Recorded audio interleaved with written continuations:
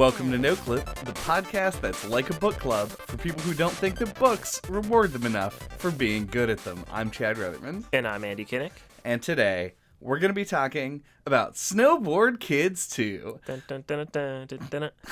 A game that was developed by Rackham, published by Atlas, and released in 1999 on the Nintendo 64. But first, if you give us a like or a rating, it would be greatly appreciated. And second, if you could drop a suggestion for Fan Brewery coming up in, you would have never guessed it, February, that would also be greatly appreciated.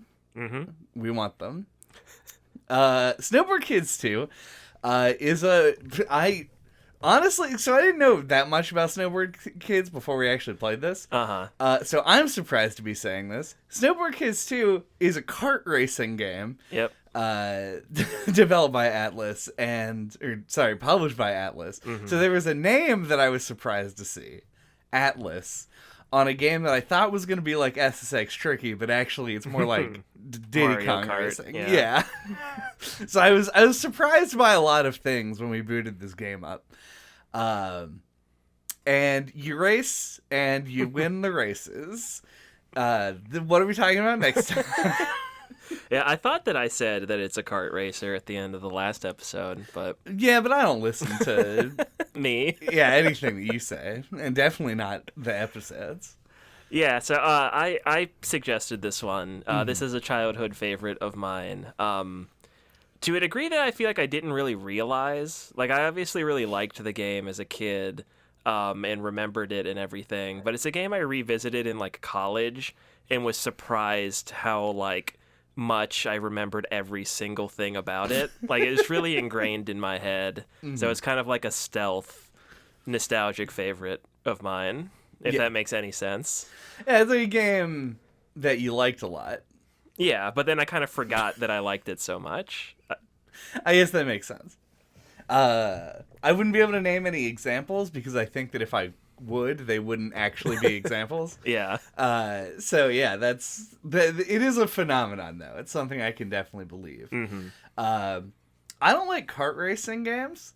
This game did not change my mind on that. Mm-hmm. But it is interesting. It's got its unique qualities to it that I do want to talk about. And one of the things I want to talk about, and I feel like this is kind of a throwaway thing, which is why I want to bring it up right at the beginning to make sure that everyone knows that our podcast is 100% trash and no substance at all. This game, the reason I said Diddy Kong Racing earlier, it's more similar to Diddy Kong Racing in that it is a game that has like a villain and a plot. But it is amusing to me how much of a non-plot it is. Mm-hmm. How the villain is just sort of in the background and things happen to him over the course of the game. And very little of what he does actually impacts anything at all. And I found this hilarious. Like, from beginning to end, I thought it was extremely funny. Yeah, he's not really so much a villain as, like, he's like a weird little goblin man. His name's Damien. He's like a blue little demon-looking guy. The joke is that, like, he wants to be friends with the Snowboard Kids, but they don't ever notice or acknowledge him. Yeah. Which leads him to, like, do actually villainous things, like, towards the end of the game. And you have to race him, and it's really fucking hard because he's super fast. But yeah, it is pretty amusing. At least how much of like they do these little cut scenes and like to intro the levels. It's just like a presentation thing. You can go ahead and fill in your no clip bingo card or take a drink. But has a very Saturday morning cartoon vibe. Yeah. Yeah, it feels like like something like Team Rocket, like a bad guy that's not really a bad guy. And it's really amusing. It's great, and it's like it's always just sort of there. Even when you're in like the hub town, which we'll talk about in a bit, there's like a chance that he'll just be sort of like fucking bopping around, and you can ignore him there too. Yeah, if you walk up to him and try to talk to him, he says hi, and your character just goes, "Huh?" Yeah, it's pretty much exactly what you want out of a main villain.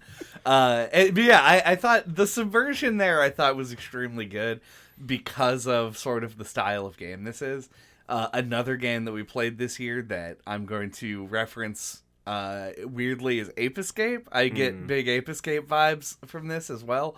I think that like visually it kind of looks like it, and so I was also thinking about how there are all these like side characters in that game that don't really ever do anything or come up at all, except for like the actual boss monkey and the kid who races you. Yeah.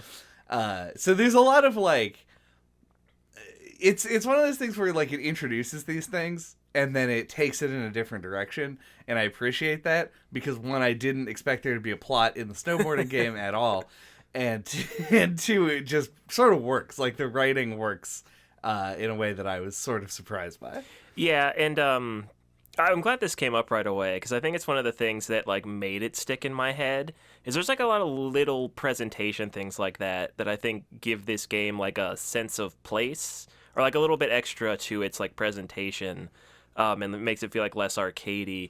I don't know if you remember it or noticed it, but, like, there's like one of the skill stages, like where you have to like get to school in 5 minutes or whatever, like the speed challenge. You get to see all the characters' houses on that, like where they all live on that course. And at the very end of it, like on the left, you can see like the back sides of the buildings that are on like the Snow Street or whatever that little hub called. area is called. So I always thought that was cool. Like it creates its own little Saturday morning cartoon kind of style, like world, you know. It's got its Springfield. Yeah.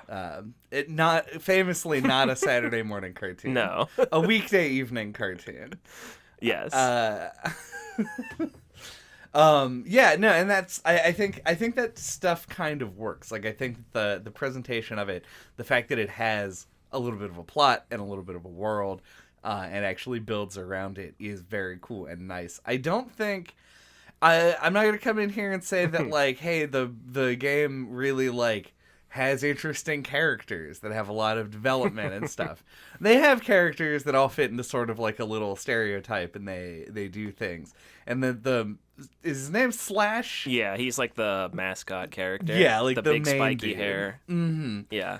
Presumably was in Snowboard Kids 1. I know even less about that game. Yeah, Snowboard Kids 1 I played after the fact. Like, I think someone in high school this game came up with, and they just gave me the first Snowboard Kids game. So I was like, oh, sure, I'll take it.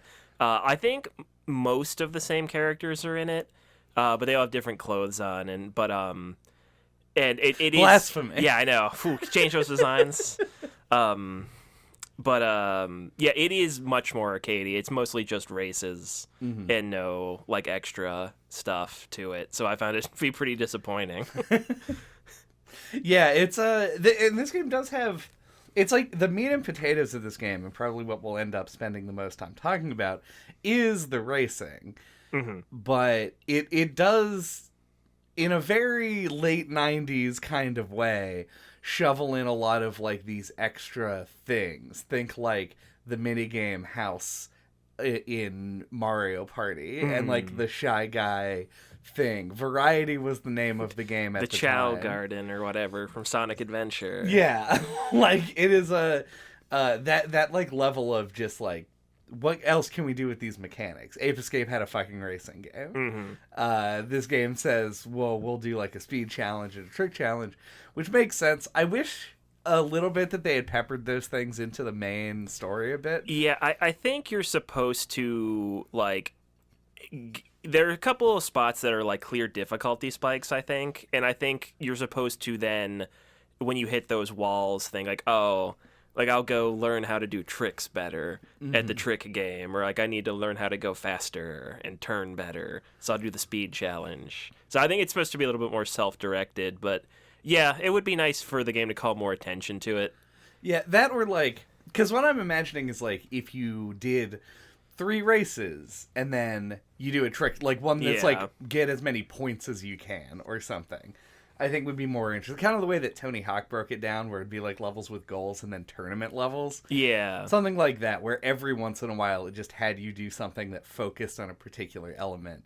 Because it makes the story mode feel like it's totally separate from the other stuff.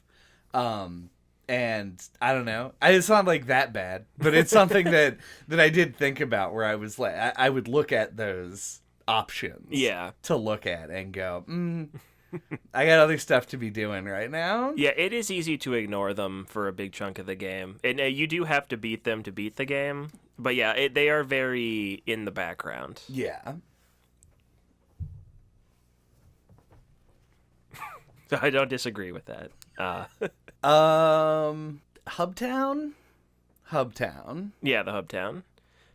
So it's a classic little just like extra hub area to like tie everything together, like all the courses. It's just like a screen you can walk back and forth across and like forward and backward, like it's got Z space. But yeah, you can paint your board, which I always think is fun. There's like some tutorials and tips. You can change your character, save the game, and then you have those 3 challenge stages. Yeah. I do like the incorporation of that stuff as in-game things, as opposed to being like in a menu. I felt great throwback to Earthbound. You got to call your dad to save the game. I don't actually know who you're calling. Maybe you call Mei Ling to save the game. I don't know. But you have to use a phone to save the game. I'm not sure why that trope seems to be a thing, but here we are. And yeah, all the other stuff, like just continuing with the story, requires you to walk around and do a thing, and being able to buy things at a shop that's an actual shop and not just a menu. Upgraded boards. I forgot about that. Yeah. Which is obviously the most important part. You got to get speed board level 2.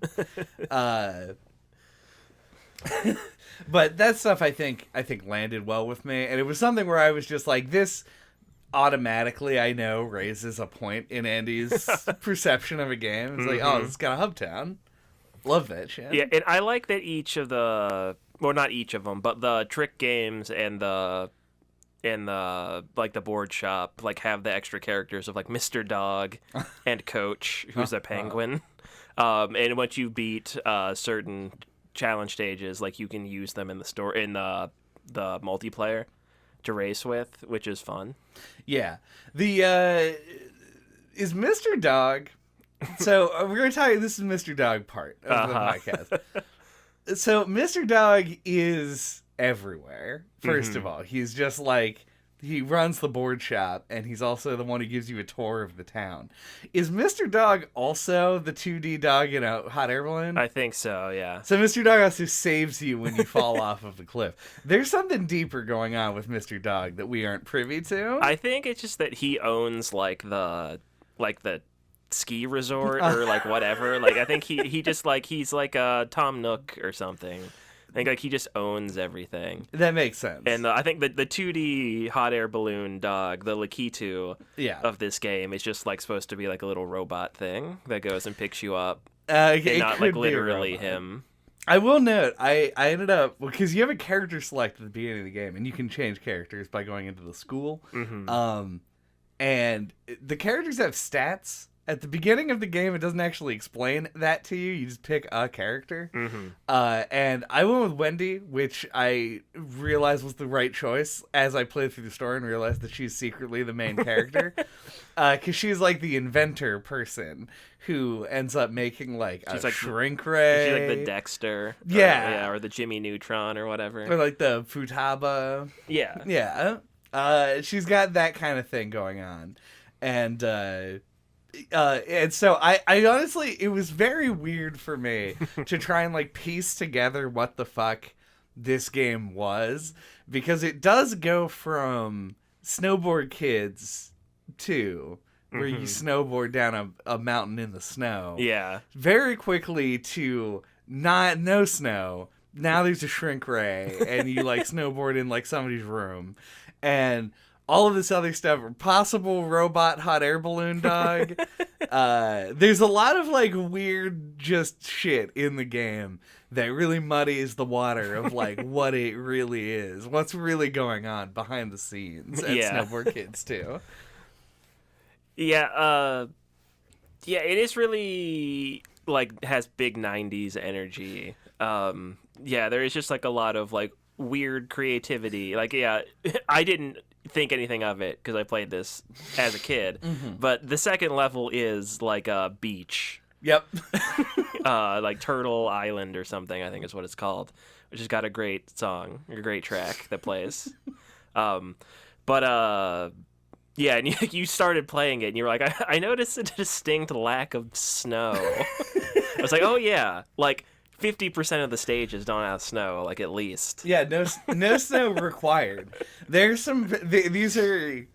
See, that's the thing, though. I think the cohesive element to it, the glue that holds it together, is Wendy and the technology that's there. These aren't fucking snowboards. They're called snowboards because a long-lost civilization of human beings in the year 1990X played with snowboards, and the name stuck. But they are clearly something else. They are something that can ride on any surface. An all-terrain board. They're they're ATVs, all-terrain boards that allow them to take them into the jungle. Yeah, they hover just like this, like a fucking millimeter off the ground. Yeah, and for totally frictionless boards.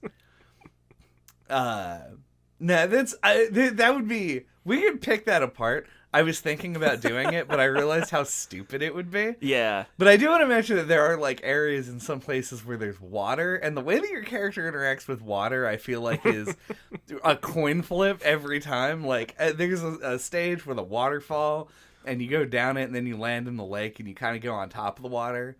And then there's like another area where you go underwater, and there's just no difference at all. It just you just do a different thing both times without any explanation. I guess it's better than having hovercrafts, so yeah. I'll give it that. I guess we could continue talking about courses. So, do you have any favorites? Like, I feel like the creativity of them is always something that's really stood out to me, and I was always really fond of Wendy's room as a kid. Like, as you mentioned, like Wendy shrinks you down, like all the characters, and then you just like race across like a weird, Rube Goldberg childhood room snowboard course. And you gotta look out for the Cocoa Puffs. Yeah, you gotta look out for the Cocoa.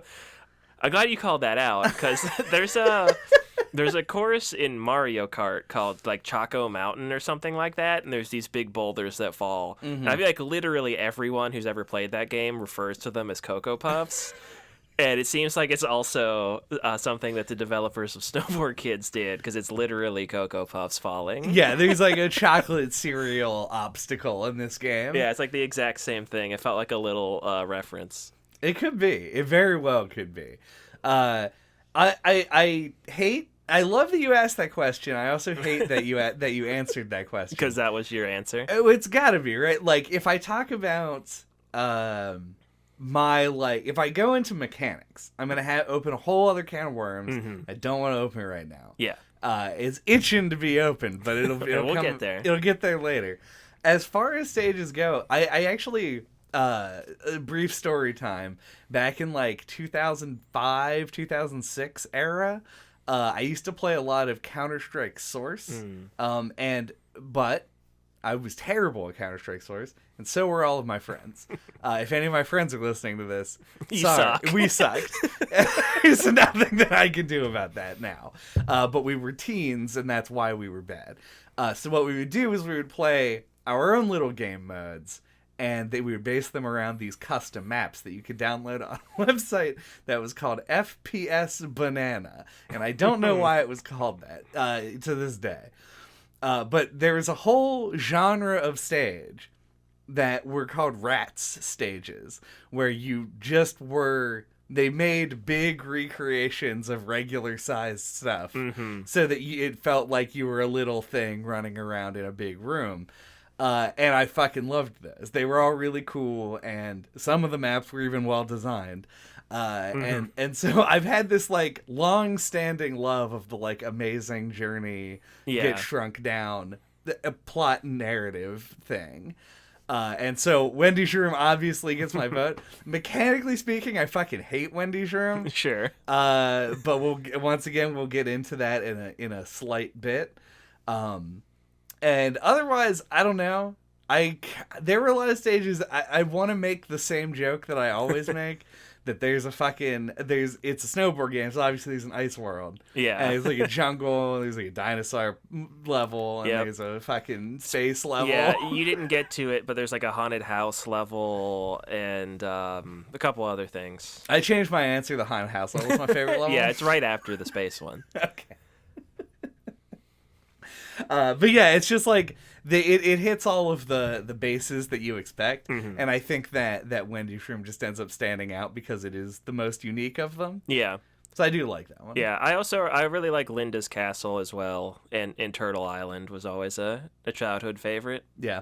Just trying to think of like what to bring up because I feel like the second half is going to be Mechanics Land. Yeah, I mean we talk about the music.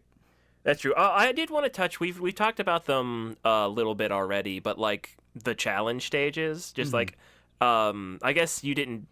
Well, you played them all because like the speed and the newspaper one are the same course. Yeah. I think that those are cool. I like that they have their own unique stages and don't recycle, just ones that you do in the story mode. And I think it's fun to do, especially the newspaper delivery one, because like you have attacks like already, like items that you can shoot at other players, so that this level just gives you like I think it's like 25 or 30 newspapers to deliver. Then you just shoot them by the use of the same mechanics. I think that's fun. But yeah, I don't know. I just think it's cool. It ties into that like the fact that the game has a story mode. I guess you don't get this sort of thing in like a Mario Kart. Yeah, and when they introduced the newspaper game, they're like, "This is the snowboard times. Yeah, you can work here part time." And I was like, "What?" Like they give you a tour that is, if I'm being honest, excruciating. That goes very slow. It goes very, very slow. And then because they give you an in-universe explanation for everything, you then have to go and look at all of them yourself before you actually know what any of them are. And so yeah, that like it was funny for him to be like, it's a part-time job. But then you go in and it is this like newspaper shooting mini game. I think it's a cool use of the mechanics. My description of the challenge stages would be challenging. Yeah, they're hard. Yeah, I just didn't beat any of them. Yeah. So that I can't speak for. I don't know what their rewards are or anything. So yeah, they unlock the extra characters for the multiplayer, and also you have to do them to beat the game, so right. They don't get you anything like special, I guess. Extra characters. Yeah, extra characters. Growing up, extra character was like all you needed to fucking say. Yeah, but I mean, and they don't be into your thing. Yeah, they don't give you any like tangible reward for like the story mode, though. Right. No, none of that hard-earned cash. Yeah, no, you don't get any snow cash. You don't get snow cash for doing the one that is billed as a job, which is wrong. That is weird. Crazy. But yeah, we can talk about the music. I love it. I always feel like it's a toss-up with you, though, whether or not you're going to like an old MIDI soundtrack. So I'm curious what you think. I think the soundtrack slaps pretty hard. Okay, yeah, it uses a lot of really cool synthesizer, like, style instruments. Yeah, it's a very... It is like a very retro soundtrack. Like, this is the kind of soundtrack that you want to write when you do like a throwback kind of game. It's weird to listen to it now for the first time because it isn't a game that is like canonized in the way that like fucking Zelda is. You haven't heard all these songs before. Yeah, so I get to hear this for the first time in its like native format, and it's really weird because I'm so used to only hearing retro songs in sort of the through a more modern lens. And so hearing it now, like I don't know, I thought it was really good. I thought that a lot of the songs focused on that very like catchy melody stuff. Mm-hmm. Really interesting. I wouldn't say it's like the best soundtrack in the entire world, but it is like, it's pretty bopping, and it does a good job for the style of game it is. Yeah. There's a couple, like, once again, this is like a really like a surprisingly nostalgic touchstone for me for things. There's, I think the song that plays in the jungle stage, Crazy Jungle, I think.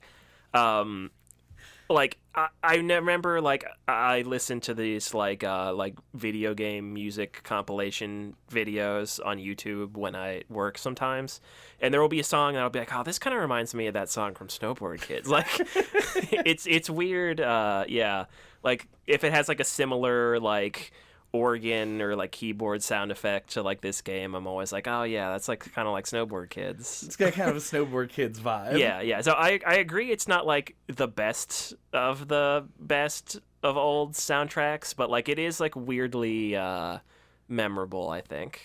Well, we talked a bit about man, this year seems to be the year that we talked about games that I want to reference in this episode for some reason. Uh-huh. The two things that I was thinking of in regard to the soundtrack are Diddy Kong Racing and Pac-Man 2: The New Adventures. Because we made a similar comment about both of them, is that both of the soundtracks are like good but feel like they should have been better. And I feel like Snowboard Kids 2 is the same style of soundtrack but is the better version. Better, yeah. Yeah. Like it hits all the stuff without, like, it hits the catchy like melodies of an old soundtrack in the way that you want Pac-Man 2 to do without going into farmhand territory. Yeah. Which is where that game swerved for some reason. And then the Diddy Kong Racing does feel like a B-sides from Banjo-Kazooie. Yeah, a little bit. Yeah, which is weird. But this game feels like it is all killer, no filler. There's a little filler. But, yeah. Even the filler's good. I like the like sort of down-tempo track they play during the or in the hub town. I think it's pretty good. Yeah, and I guess to segue into talking about the sound effects is another thing I wanted to do. I always refer to this style of sound effect as like a very Sega style thing. I don't know how accurate that is, but so you didn't actually have a Genesis, did you? No, I played one at like my aunt's house. Like remember playing Sonic there, but it has like these crunchy, awesome sound effects. Like I'm going to request that like you put them in like one like of like just on the start screen, like somebody hitting start, and it's like like it just makes like this crunchy. Beepy sound effect that I love. And there's a lot of them. Like when you save the game, it has these like really prominent sound effects that are like really cool. Okay, yeah. I think that stuff, the UI stuff in this game, generally is pretty good, especially in sound. The menus themselves are pretty basic. Yeah. You can't really fuck them up. I'm talking about the bleeps, the sweeps, and the creeps. The bleeps, sweeps, and creeps are A tier, at least. Yeah. I want to say I like this game's sound effects. Yeah, that's probably better. But I don't like its sound design. It's a weird sort of mix, because I like the music, obviously, and I like the individual sound effects. I think they sound good, but I feel like it's so chaotic when you're actually playing the game that the sound effects gave me very little information. Sure. I felt like I was being bombarded with sound effects all the time. In a way that was kind of distressing. Yeah. like you being like sitting nearby also, I'm being like, oh, pop the invisibility. Yeah. Like, oh no! Because it's all deeply ingrained in me, and I know exactly what every sound means. But like, God, when you get to the fucking ski lift, oh yeah, and it's like the sound of the ski lift activating and people going up, the ding dong, and then like errant power-ups being shot off, like an explosion will occur. Yeah, like the sound of doing a trick.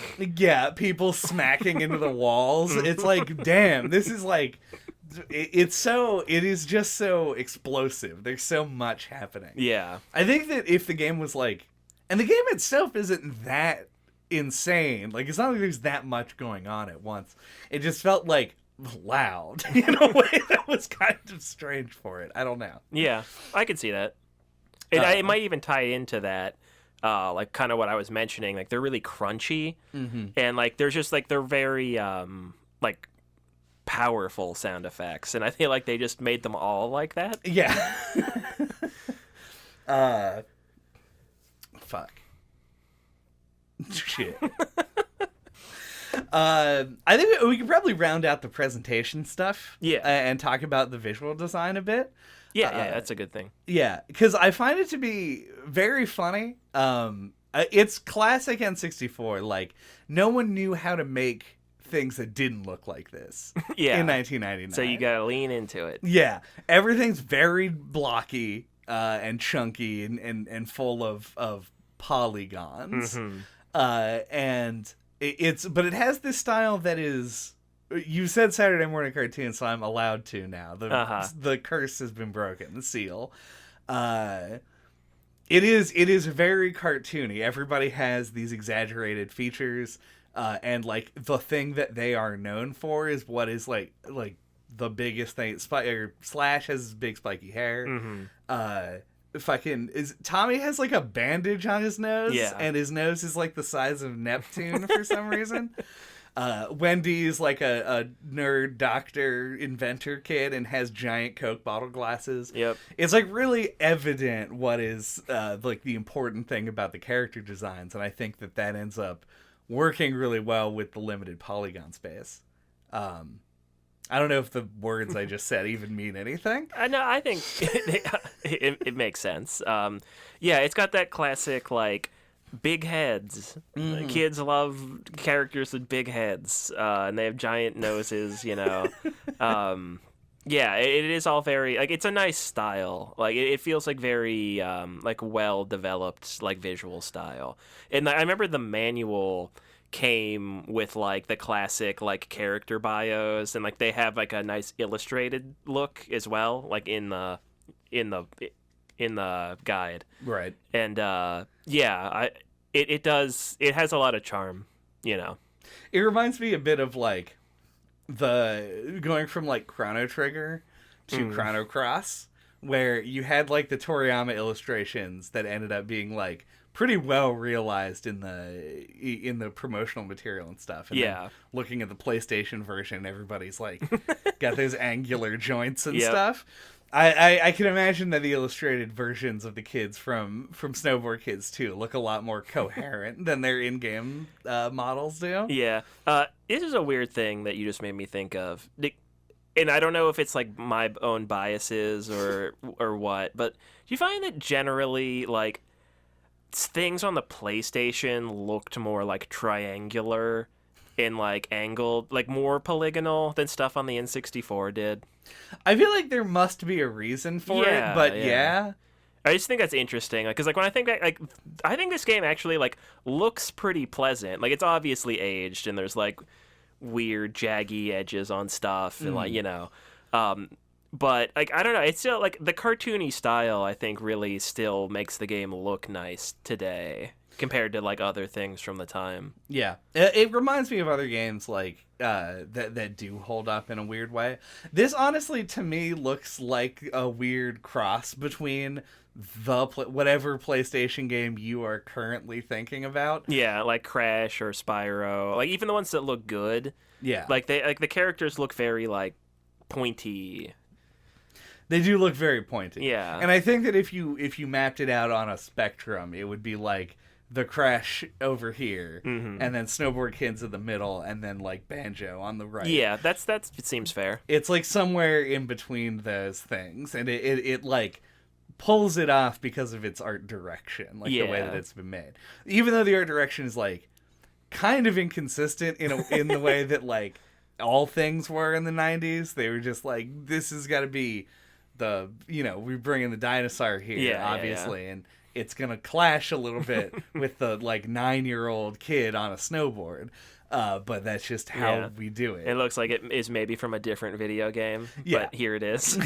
We just drop it in.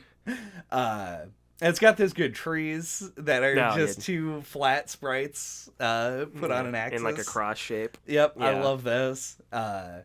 Those are my favorite relic of video games past. I don't know why.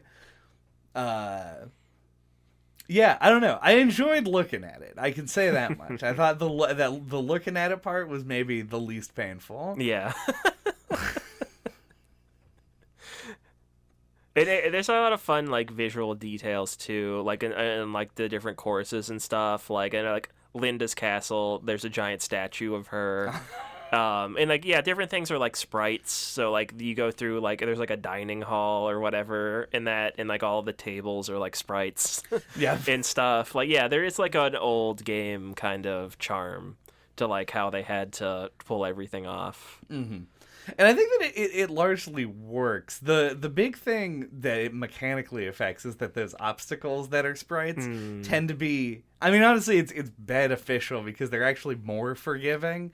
Like, you can clip through a pretty big section of it because presumably it's just a cube. Yeah, or like a sphere. Yeah, that's just sitting there. So, I don't know. I think it works. I think it's one of those games that I think, even if you haven't played it, like I hadn't, when you go into it, it's going to have some kind of nostalgic feeling for you.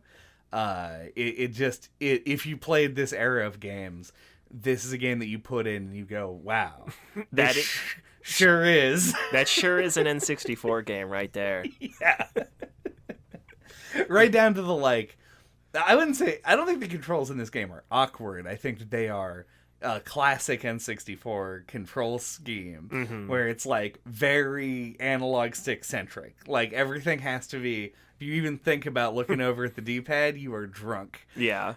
They can just lop the left side of that controller off for like 90% of games on the console. Mm-hmm. Well, do we want to open that can of worms? Yeah, I think I'll have to go get the can opener. Yeah, so in order to do that, maybe, fuck. After the break. I thought about it too much.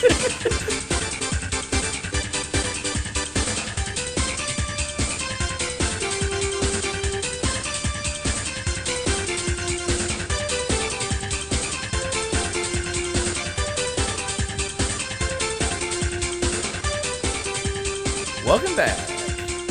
Good to be I don't know, that's something.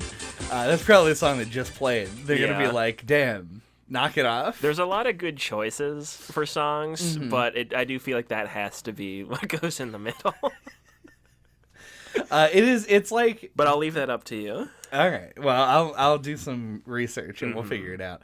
Podcast talk out of the way. Let's talk about... riding the snowboard. I think I'm gonna be me on this episode, and I think that to preface it so that I don't come off as being overly harsh on this fucking 23-year-old game. The reason I don't like kart racers, I think I've gone over this in the past, but I'll do it again. I don't now. know if we've talked about it on the podcast. Well, no, we did Diddy Kong Racing. We had to have talked about it. I had to have mentioned it at least a little bit. So never mind, continue.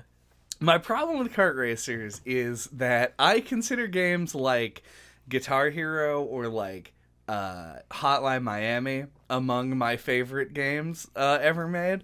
And they're games that focus on perfecting your individual performance in the game. And what a kart racer does is, in order to make it so that somebody who is practiced and good at the game doesn't win every time and make the bad baby players feel bad about it. I'm exaggerating. I've already veered into that territory. I need to bring it back in. It adds a lot of randomness. There's a lot of obstacles. There's a lot of items that do things. And one thing that is I want to say kind of unique to Snowboard Kids too, is that the items in this game are fucking devastating. They're the most powerful. The Geneva Convention prevented the fucking pie tin from making it into other games because it is nuts. And so to me, it's always a big feels bad when you're doing well. And then you feel like the game cheated you and said, fuck you, you're now a little flat pancake and you lose the game. Do the whole race again, because you do have to come in first to continue with the story. Yeah. God, I totally sympathize with that. I played a lot of kart racers as a kid, so I'm just kind of like used to it. And I'm also not naturally competitive like at all. I sometimes think it's maybe because I grew up without a brother. Like same-sex sibling rivalries seem to breed competitiveness in people. That does seem kind of true. But that's my amateur psychology. So yeah, it doesn't really bother me, but yeah. The items in this are pretty brutal, and one of the things that I think makes it feel extra, like sting a little bit extra, is that like when you come to a complete stop, like man, does it take a while to get like going again. Yeah, there's a couple of items, and I think it's an interesting enough place to start. We'll talk about the actual mechanics of racing, I think, just to get a groundwork laid, but. There is an item in this game that is the snowman item. When you hit somebody with it, they turn to a snowman. They lose the ability to steer left or right. But they preserve their momentum. Yeah, so you keep moving forward. And it's almost like worse, because what ends up always happening is you get hit by it, and you hit a wall, or you go around a turn, and now your character's not facing the right way. And not facing the correct direction in this game is a death sentence. Because there's no easy way to turn back around. Like, you start to turn, and it takes forever, and you, like, jump, but jumping makes you stay at the same angle you were when you started the jump. So it becomes, like, a very, like... You get hit by an item and you're immediately just in like emergency mode. Like, what do I do to continue with this? And then there's some stages later in the game where you get hit by an item and you're done. Yeah. Like, hit the retry button. The ground is over. And I feel like it's a little bit too... Like, it becomes frustrating in the way that Diddy Kong Racing's Silver Coin challenges did, but in a more natural way. The Silver Coin challenges are still worse than anything this game could possibly have in it. Yeah.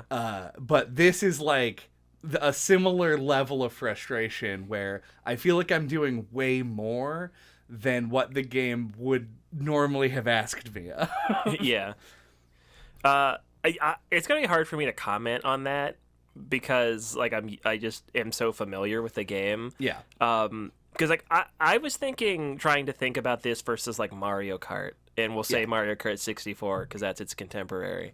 Like, I feel like Mario Kart embraces that, like, randomness in such a way that, like, if you're any good at the game at all, you can get, like, if you're in first, you can just kind of stay in first and make a huge gap between you and the rest of the pack because everyone else is, like, fighting amongst themselves while you get ahead. I feel like this game... didn't have that as much. Like, it felt a little bit more well balanced to where like and I think it might be because there's only 4 racers. It's easier to balance, but like I found that like even if you get totally fucked on a round, like you can feasibly bring it back, but I might just be really good at this game. I don't know exactly. I don't know, like, to what extent this game has, like, a rubber banding system the way that Mario Kart famously does. But yeah, it always feels like all the characters are pretty well grouped up. The only time that you have a major difference is if the player is losing badly. Yeah. Which makes me think that there is some rubber banding, but it might just be in the AI's favor here. Because, yeah, if you are doing perfect and not hitting any obstacles, hitting people with whatever, you're going to cross the finish line maybe a second before the next person does. It's always a pretty close race. And in a way, it keeps it exciting, right? Yeah. Like, you're always right down neck and neck. And I clenched a bit and got some pretty good victories where I felt good about it because of how close the race was. Coming from 4th to go to 1st near the end. And like you said, the fact that it has only 4 people instead of 8 like Mario Kart does, and Diddy Kong 8, 6, it's like one of those. It had more numbers. than 4. More than 4, though. Does make it so that it never feels like you're so far behind. Like, seeing that fucking brown 8 in the corner of the screen when you're playing In like a more Mario Kart, recent yeah. Mario Kart. It's like, I should just quit video games forever for even being in this place.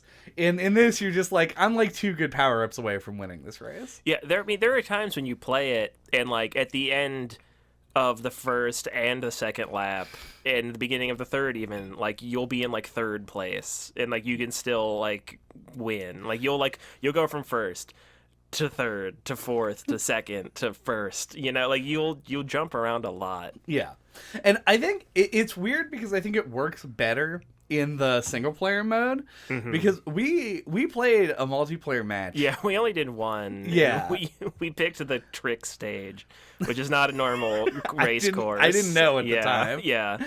But it was funny because like you were like trying to see if the controllers would work. Yeah. I mapped the PS5 controller, and the circle button was supposed to be the one to shoot items, and it just didn't work.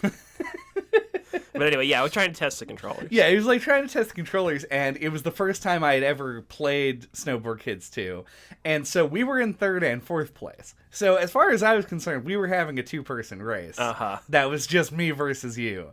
And I was like ahead for a while, because you were on that trick board, because you were always planning to trail by the half. Yes. And I remember getting hit by some item near the end of the race and then losing my 3rd place victory to you and being like, fuck this game.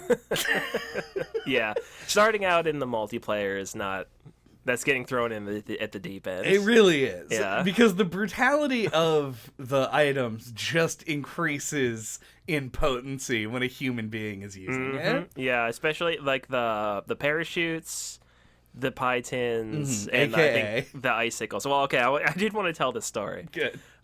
So there's an item in this game that is like a pie tin, like a flimsy. What are those made out of? Like aluminum pie pans, and you use it, and 3 of them fall on the other 3 players or the NPCs, and squash them and like completely halt their momentum. You know. Yeah. Yeah, it's the most devastating move in the game.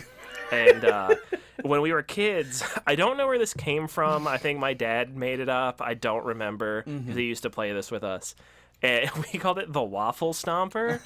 And I do not know where that came from at all. But fast forward to like, I don't even know how many years ago, I learned that Waffle Stomper is like a slang term that you can look it up on Urban Dictionary. It's like a classic Urban Dictionary definition. Yeah, for taking a dump in the shower and stomping it down the drain. Yeah. Content warning, poop. Yeah. Anyway, yeah. I remember hearing you say it and just fucking busting ass laughing about it. Because it is such a classic. That is totally a thing a kid would come up with or like would hear and continue and just assign to that. I feel like we absolutely had to have come up with that before that was like a slang term. This game definitely came out before Urban Dictionary did. So I found that was incredibly amusing to me, and it actually, the funny thing about it, I mean, there's a lot of funny things about it. It feels appropriate? It does feel appropriate. But it also endeared me to it in a way. Like, if the blue shell was called, like, some other, like, some vulgar bullshit. Yeah. It was called the Angry Pirate or something. Like, whatever. They just throw in Urban Dictionary terms out now. Yeah. I feel like I would not find the blue shell to be as bullshit of an item as it is. Yeah. And similarly, like you'd get it and be like, oh, you got the waffle stomp. Yeah, waffle stomp. And I would be like, damn, like I can't even be that mad because I now have this like affection toward the term because of the history. But yeah, thinking of it as a pie tin makes it much worse. Because it's like it's the item that makes the least sense in the game in terms of its function. Sure. Like, rock, got it. Yeah. Makes sense. Wings work exactly how you would think they do. Mouse with a top hat and a monocle that steals your money. All right, mouse with top hat and monocle. Here's my defense of it. I have no defense of it. That one is in the running. But pie tin Ghosts smashing a that guy. slow you down. The ghostly. I thought that the ghost would steal your money, so the ghosts definitely are kind of like. I think because that's what Boo does.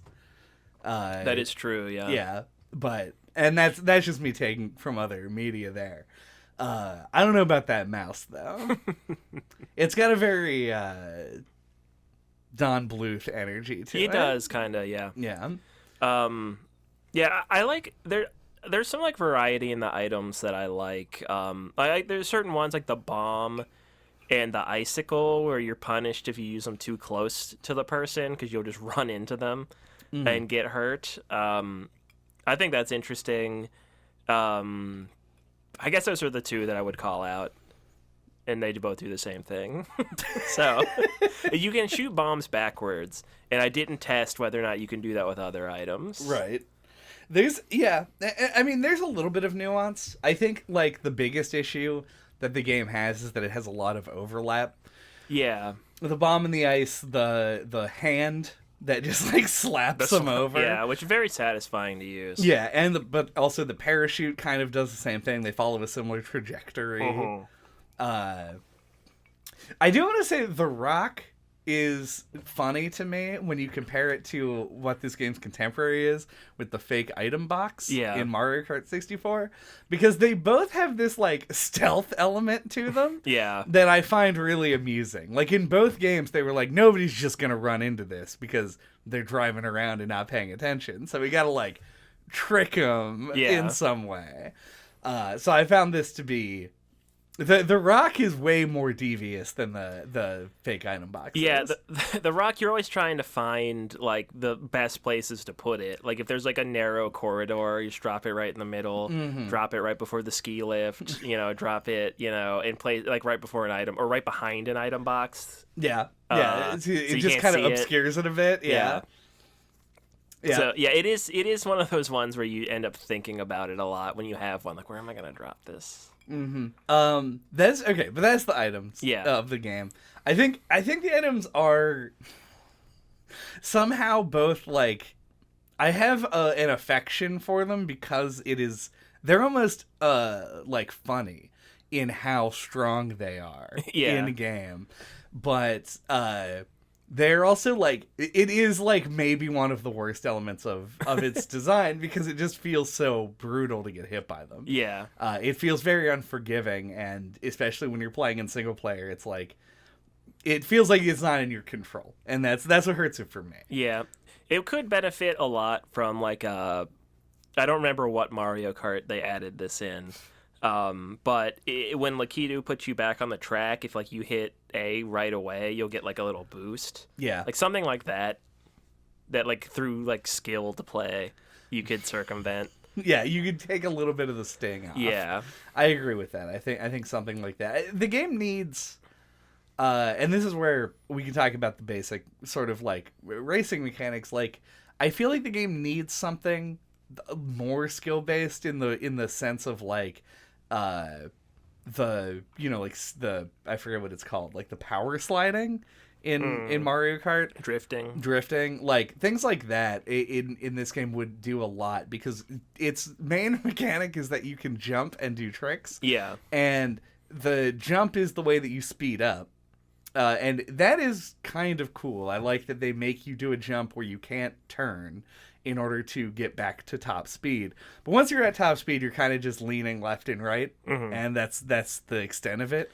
Yeah, in my head, it's almost kind of like a playing Smash Brothers with items on kind of a thing. Like, I think a big part of the challenge is just supposed to be like keeping everything in mind, and then staying on top of like what's happening. Yeah, is like what the challenge is like supposed to be. But I don't know if that's like the intent or not. I mean, it does work as far as making the game challenging. Yeah, because like I never feel like I'm ever like bored during a race. Like I feel like I'm lacking for things to do personally. Right. But no, I do think I agree. Some kind of like extra interaction, like drifting, would add something to it. Right. Something to like just if they made like... another one. If they made a Snowboard Kids 3, that would be a good thing to do. Yeah. Come on, Atlas. Come on, Atlas. Or whoever owns this IP now. That's a good point. Yeah. But let's talk about the actual worst mechanic in the whole game. Ski lifts. Oh. This is like... I've, like, done everything in my power to try and rationalize this, and it makes sense because it is a snowboarding game, that there would need, in order to do a lap, there would need to be a way for you to go up to the mountain. And a part of me actually likes the idea that they made it, like, a thing that you have to actively think about and try to do. Mm-hmm.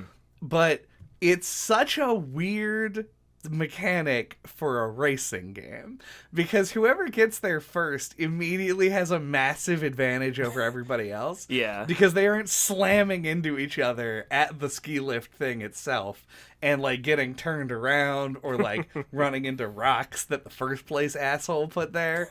Like, it's like... it is, like, a huge, like benefit to the person first, and I imagine it would be more significant in the multiplayer than it is in the single player, with the AI being the way it is. Mm-hmm. Yeah, I'm of two minds on it, because, like, on one hand, I love it. Like, I think it's like a surprise. It seems like a simple thing on paper, but is surprisingly unique, I think, for a racing game, and obviously thematically appropriate. Right. But yeah, like, kind of like what we were saying about the power-ups, like, it's way too punishing. It's maybe the most punishing thing in the game to miss the lift, because the way it works is only one person can go through at a time. Like, you hit the little gate and it goes up and you get on, and if you're right behind the person in first, or right behind somebody, you're just gonna slam into the wall. And, like, you can mitigate it a bit if you jump right away. Like, you won't get that fucked over, but, like, it is still, like, it can make the camera, because it's an N64 game, like, kind of wig out. There was one time I don't remember what happened to you. Like, you did something where you got, like, launched in the air. Yeah, I went, like, 50 feet straight up. It was wild. Which was rough. But, I don't know. There is, like, a fun, frantic energy, and it can really enhance the multiplayer. Like, that frantic feeling, but it can also just be a shit show and make everyone really mad at each other.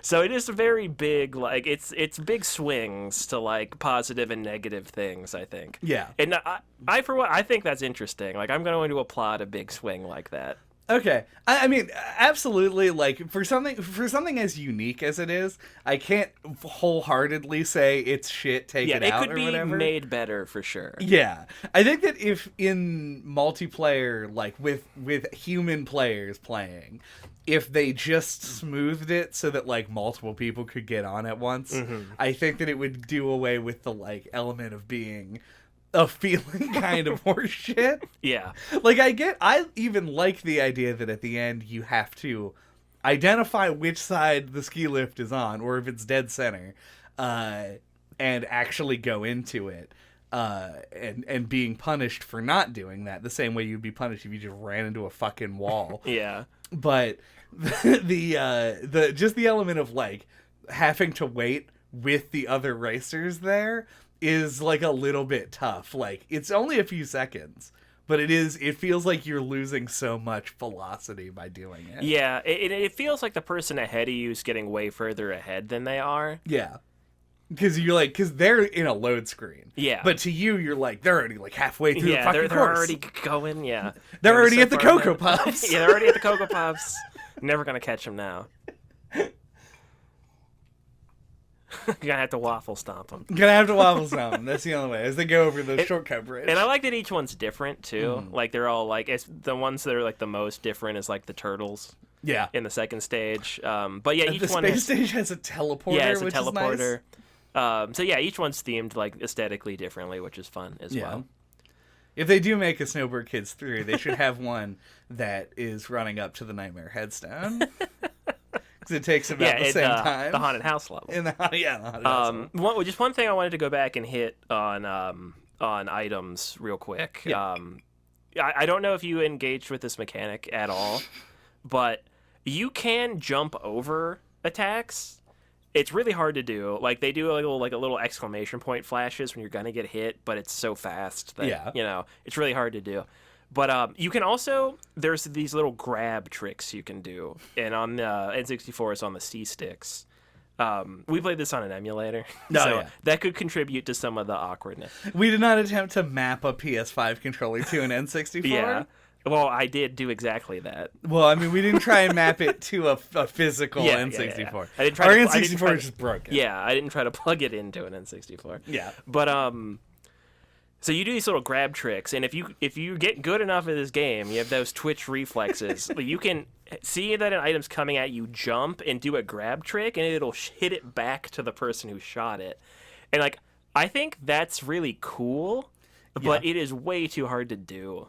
Yeah, it's something. And if you play like on expert, the AI will do it to you all the time. And even in the standard mode, I think like Slash's AI does it the most because he's like the main character or whatever. Yeah. But yeah, it's very hard to do, I think. It is interesting because like it does this mechanic is the thing that I think could theoretically negate like most of my criticism of like the 'Cause you have some how unfair agency, the items feel. yeah. You have an ability to reflect it. It is a skill-based thing that you can learn to do. I just think that it is so. I never got down do a trick. Yeah, well, you never went and did the trick game. That's true, Which I was going yeah. to suggest that you go do to try and figure it out, but you don't really need to do the tricks. Yeah, that one was thing my I wanted to transition into talking about. Yeah. The trick system is a lot of fun. That's one of those things that's kind of like drifting, only it doesn't give you a mechanical benefit like drifting does. Yeah. Well, it does give you money, but it doesn't affect like the actual like feeling of the racing, you know, in the way that drifting does. But yeah, you do tricks and it gives you money. You need money to buy the items from the little gift boxes that they're in. Yeah. And yeah, so in doing tricks is like, yeah, it is kind of like a lot of things, especially in older games. Like you really have to just kind of get the timing down. Yeah, like I feel like there's a kind of like literacy you can have with newer games where like having played one game will make it easier for you to get into another. But the further back in time you go, the more like every game is just like a new fucking frontier of like shit that feels nothing like anything else you've ever played. Yep. So yeah, like getting down the timing of like the jump and the feel of the jumping is something I had to adjust to. Like when I first started playing, I kept trying to let go of the jump button too late and was missing them all over the place. So Yeah, thanks to the proliferation of like game engines and exactly, yeah. stuff like that, it like nowadays like a lot of things are based on similar things and use just like sort of control defaults that people are used to. Similar code. Yeah, even, whereas probably. This is legit. They were probably just like, how should the jump work? Let's do it this You way. gotta hold it for like a weird amount of time. Yeah, hold it for X frames, then let go, then you do the jump, and if you input... Hold a direction. Yeah, you do a put the flip. direction at some point. You can do multiple flips. Oh. And I know I knew how to do it as a kid, but I couldn't figure it out the whole time I was playing. Like you do a flip and then you can do more. And I couldn't figure it out. Like tapping the A button didn't work. We should mention right now, this game doesn't have a tutorial and Nope. should have one. Well, yeah, like it would benefit from a tutorial stage. Like you boot it up and it's just like, hey, I'm Coach or whatever. I'm gonna take you down the mountain. Here's all the stuff. God, they have a character I forgot called Coach. Yeah, the penguin. Who is when you were a kid the one that you always wanted to play in the multiplayer. Yeah. So yeah, to take you down the mountain and show you the stuff. And I think it would benefit from having like a training mode. Like some kind of like short course that you could do to like, and maybe you could even pick like, I want to practice tricks, I want to practice this, I want to practice that. Yeah. Something like that, like a bunny hill. Call it the bunny hill. Boom, I just did it. Aesthetically appropriate, that would fit in exactly with this game's whole thing. Yep. They even have rabbits in the game for the Jingle Town course. Put the bunnies in there. The bunny hill. Oh yeah, that was a less known. This is going back a little bit. That was a less known Dinosaur World, Space World theme, but there were several games that just had a Christmas world. And it's amusing to see the Holiday Hill Zone, whatever it was called. You just said Jingle Town in this game to be like, yeah, why not? Fuck it. Well, at least it makes like some sense in a snowboard game. Yeah. But like most of the time you're playing this game, it's not gonna be. Oh yeah, no. The anniversary of Christ our Savior's birth. Grip it and rip it. Grip it and for rip Jesus. But yeah, it is fun that this game has this Christmas level, which I didn't even remember when I suggested this for December. Yeah, so. that we do this literally for Christmas. Yeah, the day that it will release is probably going to be Christmas Day itself. Snap. Oh, snap.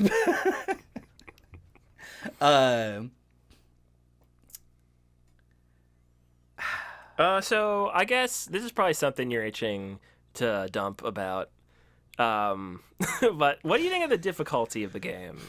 Okay. Like the difficulty curve, because I know from playing it as a kid, like we played the first probably third-ish of the game, like up to the dinosaur area, which I'm sure you're going to talk about.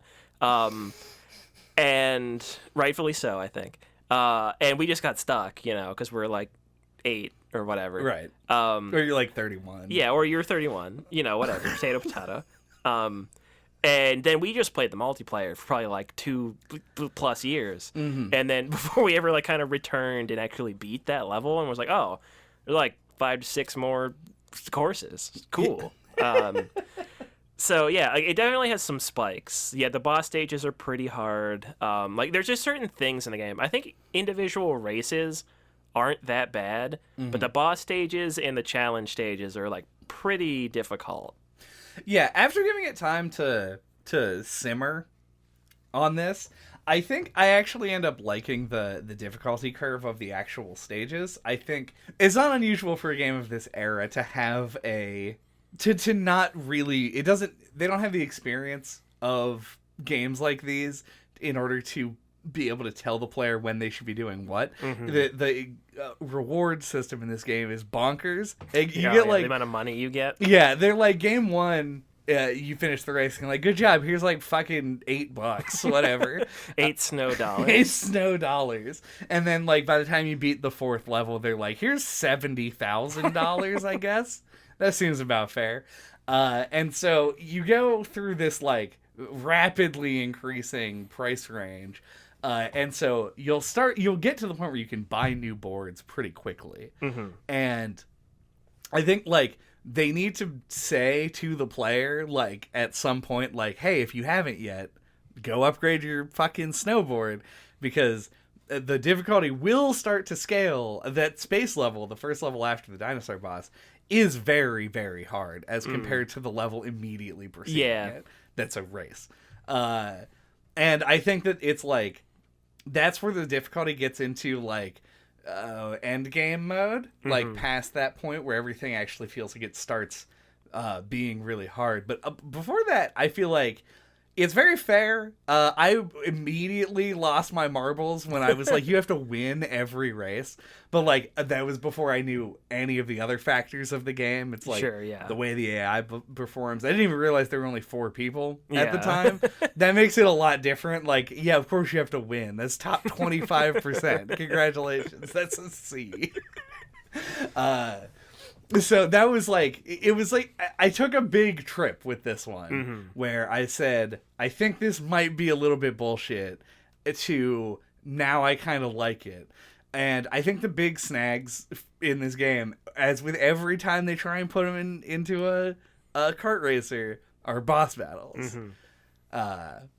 You want to talk about the bosses before I do? Yeah, just real quick though, like even like the you called out the space stage, Starlight Highway or whatever it's called. That one's even feels like an outlier because it has like a gimmick of basically constantly going from speed boost, like it's the Captain Falcon game. Oh, F-Zero. It's like it's an F-Zero game. Or a course. So yeah, like that one is kind of hard because you're not used to playing like that. Yeah. Anyway, yeah. So bosses, yeah, they're pretty hard. I remember them being a lot worse. When I came back to this game to play, like it felt like it felt weird because like I remember being a kid and kind of having like a short attention span, and like I wasn't the kind of person that would persevere through and beat a lot of games as a kid. And I hit a point where I was like 13-ish, where I went back and revisited a lot of games, and this was one of them. And probably like, you know, like Mario 64, Donkey Kong 64, you know, went back and hit up the classics. And I beat them all, and I remember then going back and playing Donkey Kong 64 again in college, because they put it on the Wii U virtual console, and being like, wow, this is like just as fucking hard as nails as I remember. Like, I kind of can't believe I beat this at 13 years old. Yeah. And then, when I beat this at 13, I remember thinking it was very difficult. Like, I remember like the last two bosses, like the Damien bosses, because you have to just beat him in a race, which is really hard because he's just super fast. And then he has like fucking like a robot suit. You have to do more of like a boss fight with him and shoot bombs at him and stuff. Right. But I remember like those. The whiz pig of this I game. remember that taking like forever, probably like 50 tries or some shit to beat it. But when I revisited it now, I beat all of them pretty easily. It was a weird experience where I remembered it being tough as nails, and for some reason this time it wasn't. But, you know, I also had the comparative experience with Donkey Kong 64, where I remember it being super hard, and it still was. Mm-hmm. So it was a weird experience to revisit them, but they are hard. I mean, I still had to do them like at least like 4 times each, I think. Yeah, I mean, it's one of those things that's kind of like...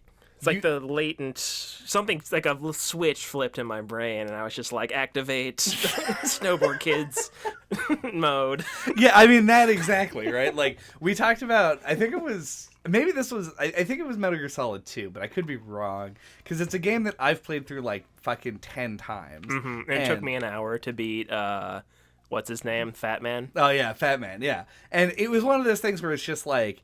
I'm playing it again in the context of I haven't played this in years, but you're playing it from the perspective of I've never played this. Yeah. So it's a very different experience. And I agree with you, though. I think that, like, if you take into consideration my experience with video games generally, and just, like, better motor skills than being a child... I do think that I thought this game was going to be harder than it was. And then the boss battles just fuck it all up. Like, yeah. the snowman boss fight, because we're going to talk about we talked a little bit about the difficulty of the whole game, specifically the boss fights. And we talked about this in Diddy Kong Racing, which the more that we do this episode, the more that I realize that, like, Diddy Kong Racing is such the perfect companion piece to it, because I feel like it contrasts really well. And this is like their main comparison point, is that both of them are kart racers that implemented boss fights, and both of them are bad because of it. Like, the snowman boss fight, I think I beat on my second attempt. Yeah. And it is, so it's not really hard. It was just a thing to do. But it's designed in such a stupid, frustrating way that even though it isn't hard, power-ups, like, just use them out in a big, like, shotgun blast.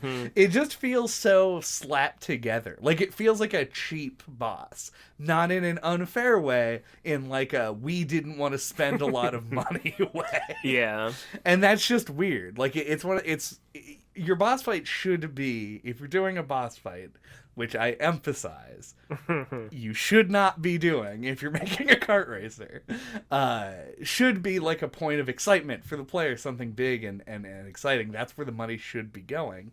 And the fact that it's just like a nothing boss fight on the stage you just were on, that just shotguns. But now it's at nighttime. And now it's nighttime. But the dinosaur is the one that I want to talk about, obviously. Yeah. Because it took me like 1,000,000 tries. There's no way that I could tell you how many tries it took, but it was like middle double digits. I want to guess it was like probably less than it felt like. I'm gonna guess it took you like 25 to 30. That sounds right-ish to me. Yeah. If you count every time that I hit retry as an attempt, it has to be like in the 30s. 20. I will give you maybe 25, and I was just frustrated. Mm-hmm. But 30 feels high, but maybe it's right. I don't know. So this boss is actually very much like the Triceratops boss from Diddy Kong Racing. But I think less bullshit, because you don't have to be constantly turning. That is true. Yeah. But anyway, say your thing. I mean, I agree with you, though. Yeah. I think it is less bullshit in, like, the design. Yeah. But this is the hardest thing that I've done this year, probably. I beat Elden Ring 3 times. Yeah. I literally just sat and powered through this in a way, and it was like I was fighting the boss. It was like the final boss for you. Yeah, it absolutely was. Yeah. So, because it's also the last boss I beat. So, the dinosaur runs, and he runs way faster than you. And you're given a standard bomb power-up that just goes in a straight line and kind of will track. They track a little. It's definitely inconsistent. Yeah. But that basically means that you have to be either very close to him or in a big, long straightaway to hit him with the actual weapon. And so you're relying a lot on the, like, support items that you get. So speed boosts, speed slows, and our beloved Waffle Stomper. And so you go, and normally that by itself doesn't sound too fucking stupid, but then he poops out eggs all over the place, and it's RNG as to where it's going to be on the stage. And so sometimes you'll go, and the only way that I found to beat him was to hit like a very specific set of power-ups in a row, and if you just dropped an egg in front of one of those power-ups, you'd start over, because that's it. And it became very frustrating because it was both like a very intense, no mistakes sort of challenge, which is something that I actually enjoy, but mixed with the heavy RNG of the egg placement and also just sort of the inconsistent steering. And it got me so heated that I really hated the game for a while after playing it. But it just is that kind of thing. It's like, it's very frustrating, it's very random, and it just felt like they halted the game to do a thing that I didn't want to do. And that's my big gripe, I think, with the boss fights. I think that they really hurt the flow of the game in a way that it doesn't need to. Yeah. I wish it took me more attempts this time, because I can't really add anything. Fair enough. Yeah. I think I did it maybe twice. I will say I absolutely was fighting the boss and also myself, because like I've talked about this on the podcast a couple of times. Like, it has been a focus of mine in order to like become more patient and also to like not get angry at shit. And I've done a very good job, and I think, in my opinion anyway, and I think this boss is like the first thing that's really fucking tested me in a long time. Like, I remember sitting there just being like, damn, I sure hate doing this. Yeah, I'm trying to think. There was a game that we were doing, I'm assuming for the podcast, that you were playing in the living room, and you were getting so frustrated at it that, like, I felt like I needed to leave the room. Yeah, it was jumping through the tiny hole in Celeste. Oh, was it? Yeah. Okay. So it was that was, like, that was, like, early on in the process. That makes sense. Yeah. And then, like, or however many days ago it was, you were playing this. I didn't feel like I needed to leave the room. So it's definitely getting better. It's just, I wasn't intensely uncomfortable. Yeah, it's a very bad, stupid boss fight, but it is not anything that made me want to like. I didn't want to like throw anything or hurt anyone except myself by continuing to play it. Yeah, so the boss fights really just ruin a lot of this. This ends up being like, and I'll talk about this more during Final Thoughts, which I assume are coming up reasonably soon. Yeah. But like, it ends up being a game that like I, in the end, don't hate, and then with these spikes of things that I do hate a lot, and it's it ends up really being the the shit slurry as we described in some previous episode. Mm-hmm.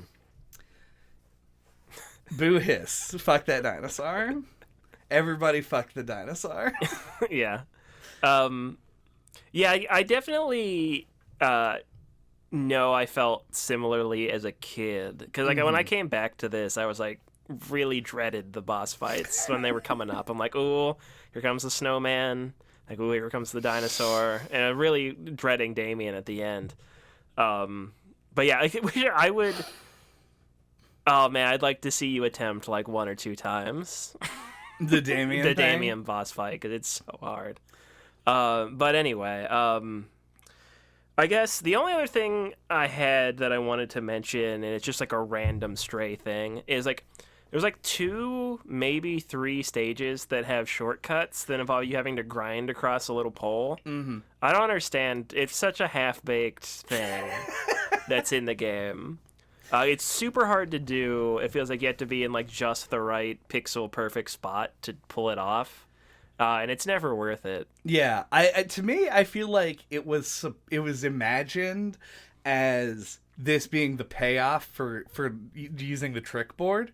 I don't think it has anything to do with the trick board. Well, I think because the trick board is the slowest board, which means that if you're using the trick board for its increased handling, you would be able to more easily take the shortcuts and make up the time lost. That does make sense to me. But it is only on like fucking 3 stages. Yeah. That's another weird thing I didn't think to talk about. Like, you just mentioned, you thought of that because you approached this game as an adult and you looked at the stats of the boards and you were like, oh, the trick board's the slowest one. Mm-hmm. I always use the trick board. In my opinion, the handling is way more valuable than the other stats. Personally, yeah, and like don't even think about it as being slower than the other ones. I mean, I used all 3 boards in an attempt to beat the dinosaur. This is part of the reason why I think that it took like 100 hours to do, because I kept jumping back and like maybe I'll try a different board. Or now whatever. your turning is different. Yeah, and your turning's all different and shit. And I will say, I ended up using balance board for the rest of the time that I played the game. And it's really like the handling is way more important than you would think in the game. Mm-hmm. So your always trick board is not like a throw pick. Yeah. It's just, it is a preference, and it is what I thought of when I saw the rails. Yeah. Right? Yeah, because grinding on the rail, that's a trick. Yeah, that never occurred to me at all, which I think is interesting.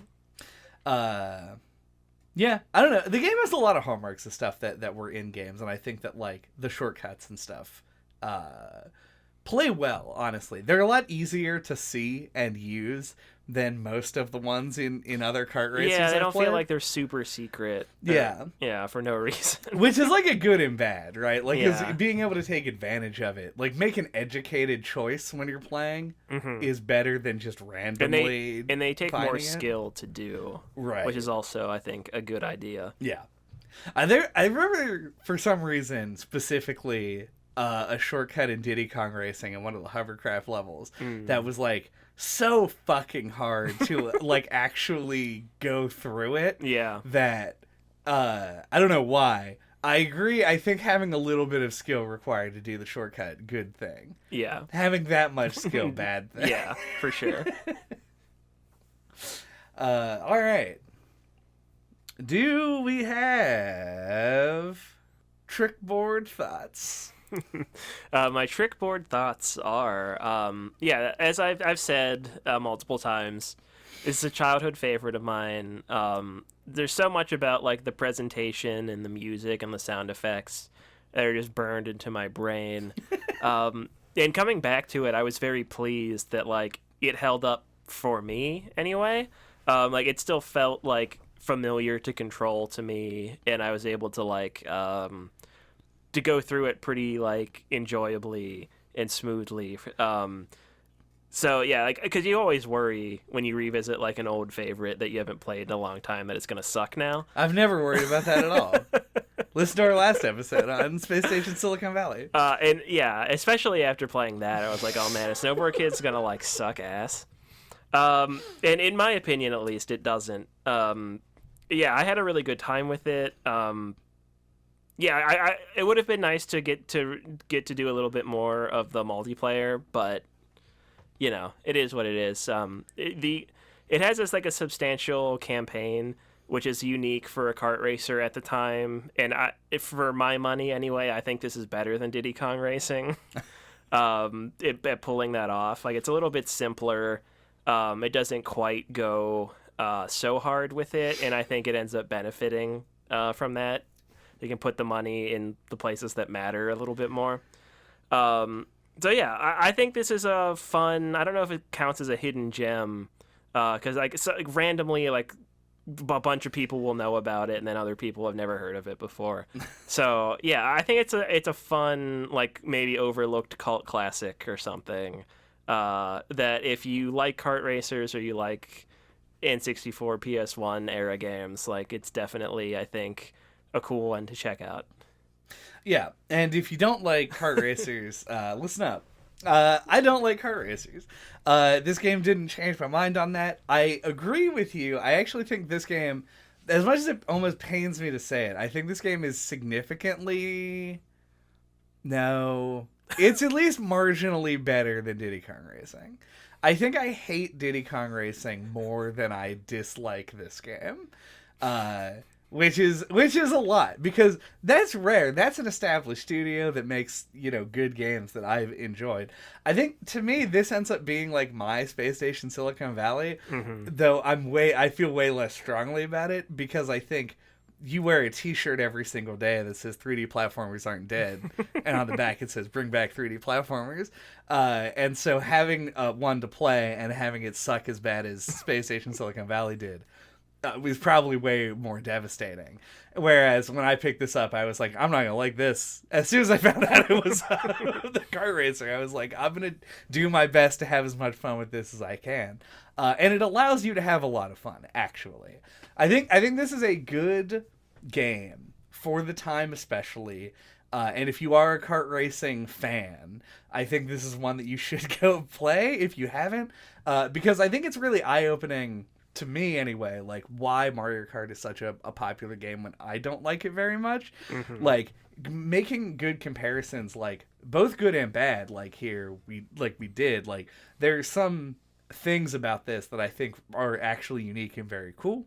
And then there are other things that I think, like the item system and bosses, that are great examples of like, this is somebody striking out in a direction and it not working in the genre, and we've learned that, and you don't see boss battles in your kart racers these days, and I think we know why.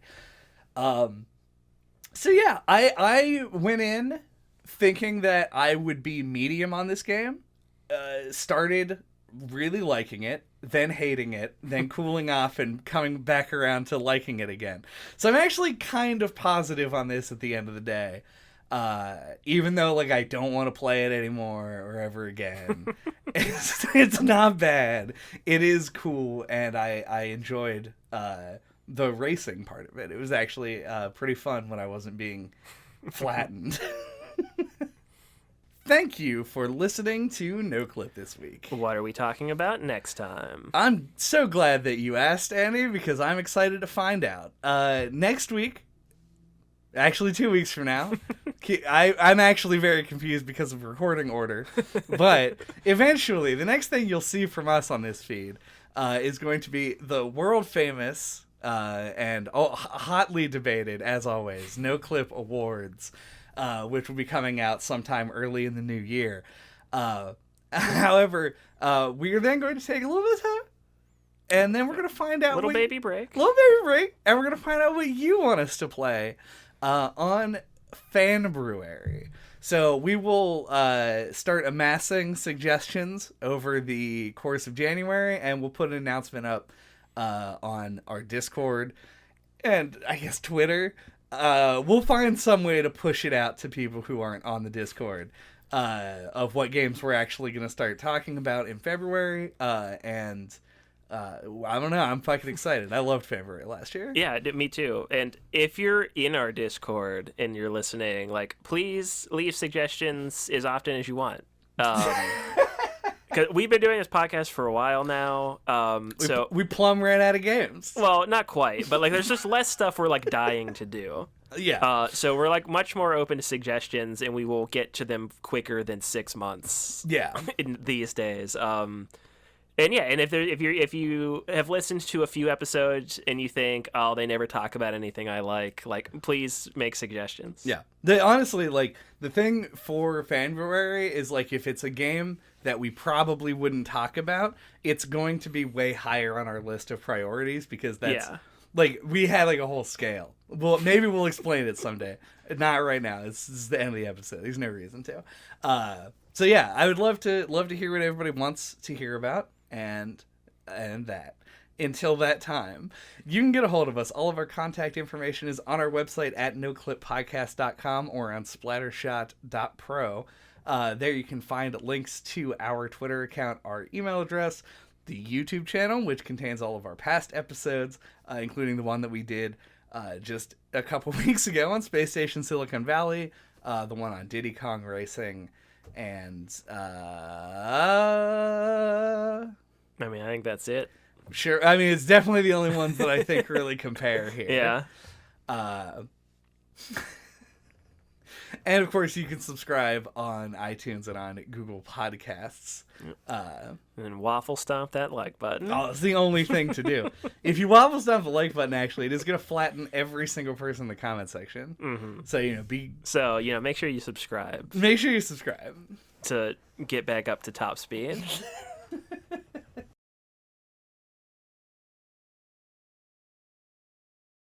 Welcome back to Snowboards 2 podcast. Snowboards 2.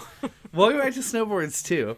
A game for kids. The Snowboard for Kids 2.